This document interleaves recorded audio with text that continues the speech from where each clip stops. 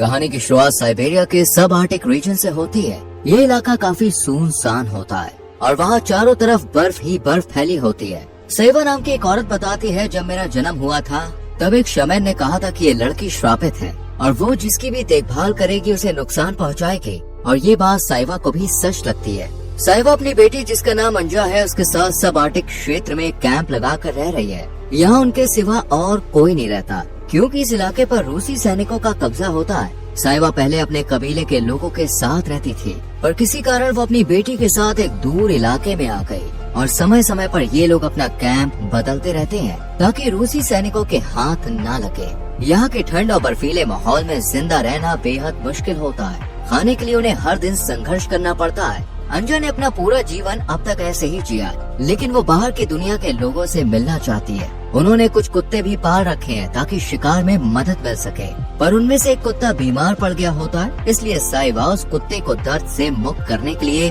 उसका गला काट के मार देती है। इसके बाद साइवा और अंजा अपना सामान लेकर बोट से नई जगह ठहरने की तलाश में निकलते हैं। उन्हें आगे जाकर कुछ रूसी सैनिक दिखाई देते हैं जहाँ रेलवे ट्रैक पर निर्माण का काम चल रहा होता है। साइवा और अंजन उन्हें देखकर बहुत डर जाती है। उनकी किस्मत अच्छी होती है, रूसी सैनिक उन्हें नहीं देख पाते और दोनों वहाँ से जल्दी से निकल जाते हैं। काफी देर तक सफर करने के बाद वो एक ऐसे इलाके में पहुँचते हैं जहाँ उन्हें कोई ढूंढ नहीं सकता। उनके लिए ये जगह एकदम उपयुक्त होती है। इस जगह को आर्कटिक टुंड्रा कहा जाता है। अब वो दोनों यहीं रहने का फैसला करते हैं और अपना टेंट लगाते हैं। फिर वो दोनों टेंट के अंदर सोने चले जाते हैं, पर साइवा को नींद नहीं आती और वो अपने पास रखे हुए भेड़िए के पंजे को देखकर अपने पास्ट को याद करने लगती है। साइवा पहले अपने कबीले के लोगों के साथ रहती थी, पर कबीले के लोगों को लगता था कि साइवा श्रापित है और अगर वो उनके साथ रही तो उनके साथ कुछ बुरा होगा, इसलिए साइवा को गांव से निकाल दिया गया। साइवा जब जंगल में भटक रही होती है तब उसकी मुलाकात एक रेनडियर जनजाति के आदमी से होती है। वो आदमी साइवा को अपने कबीले में शामिल होने को कहता है। साइवा उसकी बात मानकर उसके साथ चली जाती है और उसके साथ रहने लगती है। जल्द ही दोनों एक दूसरे से प्यार करने लगते हैं। कुछ समय बाद वो आदमी साइवा को यही भेड़िए का पंजा देता है। उसी समय साइवा को प्रेजेंट में शमैन की बात याद आती है, जिससे वो प्यार करेगी या ख्याल रखेगी वो बर्बाद हो जाएगा। ये सोचकर साइवा डर जाती है। अगले दिन जब साइवा अपने कुत्ते के साथ शिकार की तलाश में जाती है तब उसे एक आदमी दिखता है जो बुरी तरह से घायल होता है। वो लगभग बर्फ से जम गया होता है और भूख से मर रहा होता है। वो अचानक गिरकर बेहोश हो जाता है। साइवा अपने हाथ में हथियार लेकर उस आदमी के पास जाती है और उसे बेहोश देखकर उसका सामान चुराने लगती है, पर वो आदमी होश में आ जाता है और उससे मदद मांगता है। साइवा सोचती है कि उसे इस आदमी को मार देना चाहिए, पर उसे उस पर तरस आ जाता है और वो उसे अपने टेंट में ले आती है, पर वो आदमी फिर से बेहोश हो जाता है। साइवा उसकी चोटों का इलाज करती है और उसकी देखभाल करती है। फिर साइवा उस आदमी का सामान चेक करने लगती है, जिसमें उसे एक मैप और एक रेडियो मिलता है। कुछ देर के बाद जब अंजा वहाँ आती है तो वो उस आदमी को देखकर हैरान रह जाती है और साइवा से पूछती है, ये आदमी कौन है? इस पर साइवा बताती है, मुझे नहीं पता ये कौन है। जब मैं शिकार पर गई तभी मेरे सामने घायल हालत में गिर पड़ा और बेहोश हो गया था। अगर मैं इसे लेकर नहीं आती तो ये मर जाता।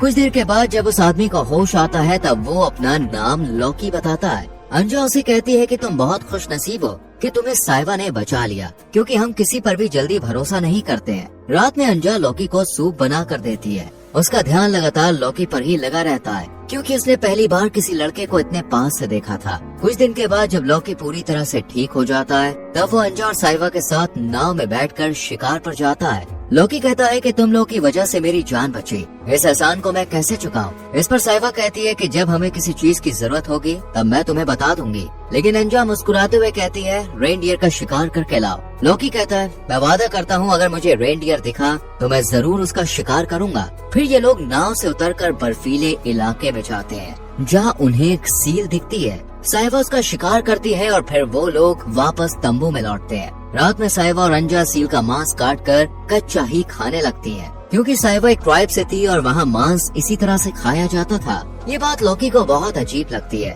और वो मांस पकाकर खाता है। फिर लॉकी अपना रेडियो अंजा को दिखाता है और उसमें म्यूजिक चलाकर सुनाता है। अंजा और साइवा ने पहली बार रेडियो देखा था और उन्हें म्यूजिक सुनकर बहुत अच्छा लगता है। यहाँ साइवा लौकी को देख रही होती है, जैसे मानो वो उसकी ओर खिंचती चली जा रही हो, क्योंकि साइवा सालों से अकेली रही है। वो लौकी से पूछती है, तुम यहाँ कैसे आए? लौकी बताता है, मेरे गांव में एक दिन रूसी सैनिक आए। उन्होंने कुछ आदमियों को जबरदस्ती मजदूरी के लिए पकड़ लिया। काम करते समय मुझे एक मौका मिला और मैं वहाँ से भाग निकला। फिर कई दिनों तक बिना खाना पानी के भटकता रहा, तभी मुझे तुम दिखी और मेरी जान बचाई। लौकी कहता है, अगर रूसी सैनिकों ने मुझे देख लिया तो वो मुझे मार डालेंगे। साइवा कहती है, जब ठंड कम हो जाए तो तुम यहाँ से चले जाना, तब तक तुम हमारे साथ यहाँ रह सकते हो, क्योंकि साइवा को डर था कि लौकी की वजह से वो लोग मुसीबत में पड़ सकते हैं। लौकी दिखने में सुंदर और ताकतवर है और अंजा उससे आकर्षित होने लगती है। वो लौकी को उसके बालों में कंघी करने को कहती है, जो पहले उसकी माँ किया करती थी। लौकी मुस्कुराते हुए अंजा के बालों में कंघी करने लगता है, पर ये बात साइवा को पसंद नहीं आती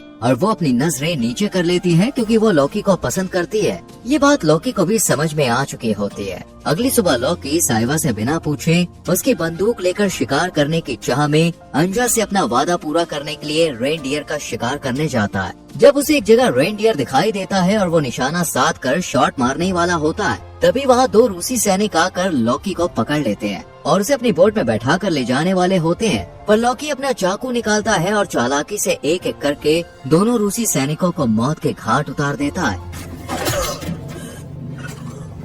फिर उनका सामान लेकर टेंट में वापस आने लगता है। यहाँ साइवा अंजा से कहती है कि तुम्हें लौकी से बात नहीं करनी चाहिए, तुम उसे अभी तक ठीक से जानती नहीं हो। लेकिन अंजा साइवा की बात सुनने से इनकार कर देती है। तब गुस्से में साइवा टेंट से बाहर निकल जाती है। तभी लौकी सोल्जर का सामान लेकर आता है। वो उससे कहती है कि मुझे तुमसे थोड़ी जरूरी बात करनी है। वो उसे बताना चाहती है कि वो श्रापित है, पर साइवा लौकी को ये बात बताती है उससे पहले अंजा वहाँ आ जाती है। लौकी उसे बताता है कि उसने खाने के लिए बहुत कुछ लिया है, जिससे अंजा बहुत खुश हो जाती है और वो दोनों टेंट के अंदर चले जाते हैं। अंजा और लौकी अब एक दूसरे के साथ समय बिताने लगते हैं। ये चीज साइवा के अंदर दर्द की तरह सिमटती जा रही थी और वो अपने अतीत के बारे में सोचने लगती है और कहानी पास्ट में चली जाती है।